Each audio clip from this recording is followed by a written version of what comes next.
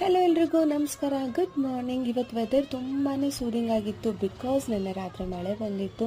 ಸಿಕ್ಕಾಪಟ್ಟೆ ಖುಷಿ ಆಯಿತು. ಎಲ್ಲೋ ಡೆಸರ್ಟಲ್ಲಿ ಒಂದು ಒಯಾಸಿಸ್ ಸಿಕ್ಕೋ ಥರ ಫೀಲ್ ನನಗೆ. ಅದಾದ್ಮೇಲೆ ಮತ್ತೆ ಮಧ್ಯಾಹ್ನ ಮಳೆ ಬಂತು. ಈ ಸತಿ ಆಪರ್ಚುನಿಟಿ ಮಿಸ್ ಮಾಡ್ಕೊಳ್ಳೇಬಾರ್ದು ಅಂತ ಮಳೆಯಲ್ಲಿ ಸಿಕ್ಕಾಪಟ್ಟೆ ಆಟ ಆಡಿದೆ. ಅದಾದಮೇಲೆ ತುಂಬ ಚಳಿ ಆಗ್ತಿತ್ತು. ಸೊ ಊಟಕ್ಕೆ ಏನಾದರೂ ಸ್ಪೆಷಲಾಗಿ ಮಾಡ್ಕೊಳ್ಳೋಣ ಅಂಥೇಳಿ ನಮ್ಮ ಉತ್ತರ ಕರ್ನಾಟಕದ ರೊಟ್ಟಿ ಮತ್ತು ಉಳ್ಳಾಗಡ್ಡಿ ಖಾರ ಮಾಡ್ಕೊಂಡೆ. ಭಾಳ ಅಂದ್ರೆ ಭಾಳ ಚಲೋ ಇತ್ತು.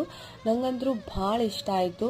ಆ ಖಾರ ಆಹಾ, ಆ ಚಳಿಗೆ ಓಹೋ ತಿಂತಾ ಇದ್ರೆ ತಿಂತಾನೇ ಇದ್ವಿ.